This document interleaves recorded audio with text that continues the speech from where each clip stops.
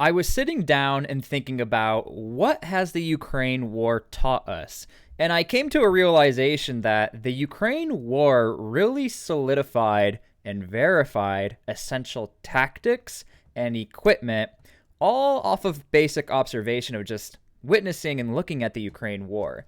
Now, before I go into this, I want to premise this by saying I'm coming from the perspective of a U.S. soldier who's trained within the 101st Airborne. I was a combat engineer. Now, one thing you have to know for U.S. soldiers in the last 20 years, we were training for a counterterrorism war in Afghanistan, Iraq, Syria, Northern Africa. And on the back end, you always had to know the fundamentals of being a soldier fighting against a big military. Now, with all of that happening right now, Ukraine, Russia, one thing that I've observed is that trench warfare is still a thing. I mean, when you think of trench warfare, you automatically you think of World War I, right? I mean, we all do. But when you look at the depictions, the images, the videos of how vital trenches are to hiding from artillery fire, hiding amongst the earth, it's still a thing.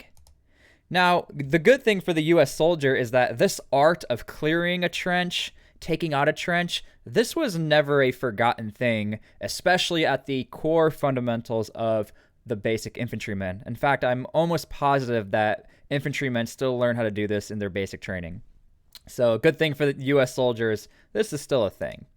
However, one thing you should know is that earth material, like dirt, rocks, stuff like that, that is always going to be your strongest barrier, typically, against projectiles. So these are called HESCO barriers, and these were used all throughout the Iraq-Afghanistan war. And essentially, these are hollow cores, and these are actually foldable.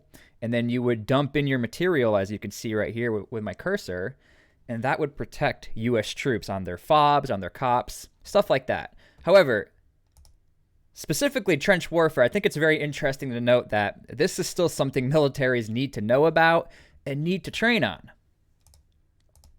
Number 2, the tank is not obsolete. Now, I've been making military content for a while, 2017, even before I was on YouTube, and whenever I made a video about tanks or looked into making videos about tanks, the comments always seem to be, well, tanks are obsolete, they're pointless, when are they ever really used?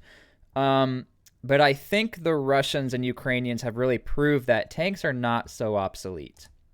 In fact, when you do look back into the historical records of the Soviet Union going into Afghanistan, their utilization of tanks, you can't use tanks in Afghanistan. You just can't. And even from the U.S. perspective, I mean, you hardly can find videos of tanks being used in Afghanistan. The Marines were known to use tanks on certain pushes they were doing.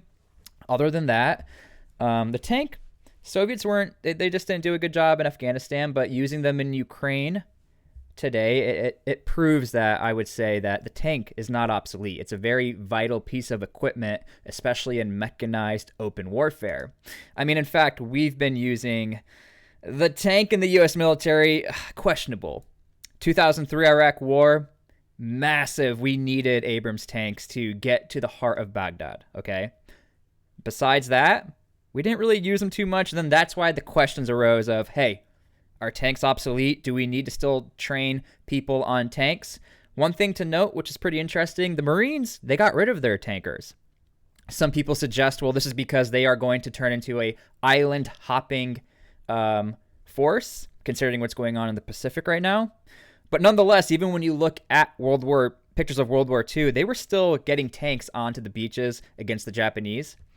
But the art of the tank was never forgotten. That we still have tankers. But I just wanted to throw that out there, that Marines actually got rid of their tankers and they said, Army, you take care of it. I'd like to see some Coast Guard with some tanks. Now, this one I think is interesting. I don't think any of us expected how crazy misinformation or information was vital at the beginning of the conflict. When Russia was pushing into Ukraine, all eyes were glued on the TV screen, and everybody was just getting mixed reports. And even to this day, depending on what the information is or not, that really does motivate your country, your military. In fact, I saw a poll the other day that 70% of Russians actually are for the war. But when you look at from the perspective of everyone else, you're like, how is that possible? You know what I mean? It's all information based. And I think Ukraine is also doing a really good job on trying to counter what's being said against them. Same with Russia. They're trying to put out what's against them.